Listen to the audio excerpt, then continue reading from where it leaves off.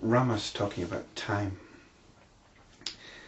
the inevitability of it, that it's something we can't escape from. He sees it as the agent. He also sees it as the agent of all creation and all destruction. He sees it as a tyrant. Rama continued, "Besides the time I have just described, there's another time which is responsible for birth and death. People refer to it as the deity presiding over death. Yet again, there's another aspect of this time, known as krtanta, the end of action, its inevitable result, or fruition. This krtanta is like a dancer with niyati, the law of nature, for his wife. The two together both bestow on all beings the inevitable fruit of their actions." This might sound like we're talking about karma, but karma is the actual deed, karma is the actions, and the results of actions is what he's calling krtanta here. During the course of the existence of the universe, they are indefatigable in their labour, unwinking in their vigilance, and unflagging in their zeal.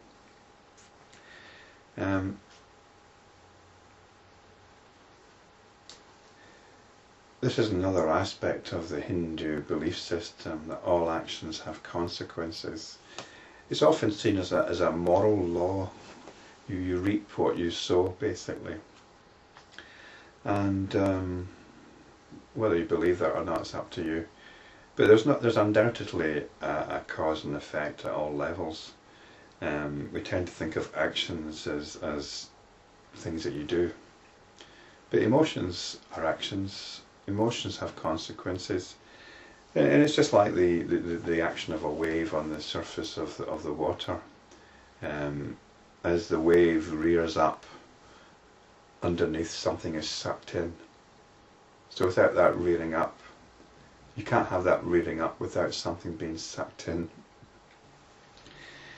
So in a way that's like cause and effect. Yin and Yang. It's a balance. It's about balance. It's about the flux that's going on all the time. You can't have one part of the flux operating independently from another part.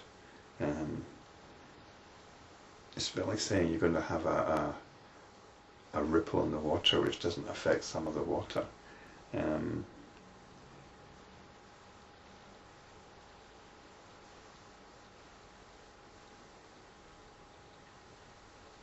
It's always going to affect some of the water.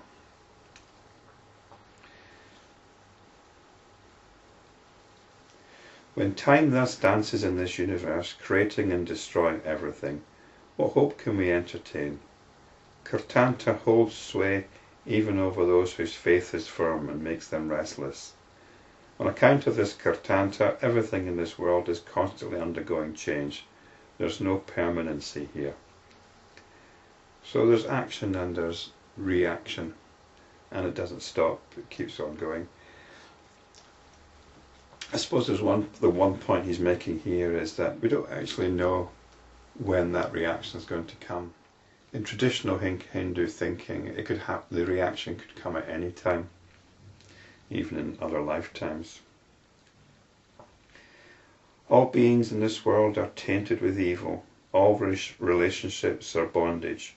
All enjoyments are great diseases, and desire for happiness is only a mirage. One's own senses are one's enemies. The reality has become unreal or unknown. One's own mind has become one's worst enemy. Egotism is the foremost cause for evil. Wisdom is weak. All actions lead to unpleasantness, and pleasure is sexually oriented. One's intelligence is governed by egotism instead of being the other way round. Yeah, it'd be nice if the ego was governed by intelligence, but the intelligence is usually usurped into the service of the ego. Hence there is no peace nor unhappiness. There is no peace nor happiness in one's mind. Youth is fading. Company of holy ones is rare. There is no way out of this suffering. The realization of truth is not to be seen in anyone.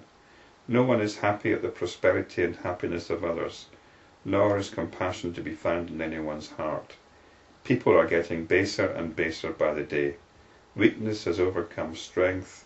Cowardice has overpowered courage. Evil company is easily had. Good company is hard to come by. I wonder whether time is driving humanity.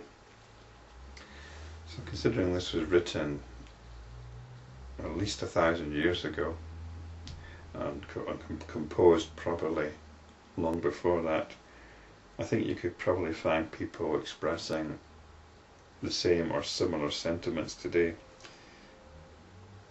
Holy One, this mysterious power that governs this creation destroys even powerful demons, robs whatever has been considered to be eternal of its permanency, kills even the immortals. Is there any hope for simple folk like me? This mysterious being seems to dwell in all, and its individualized aspect is regarded as egotism, and there is nothing that is not destroyed by it. The entire universe is under its control. Its will alone prevails here.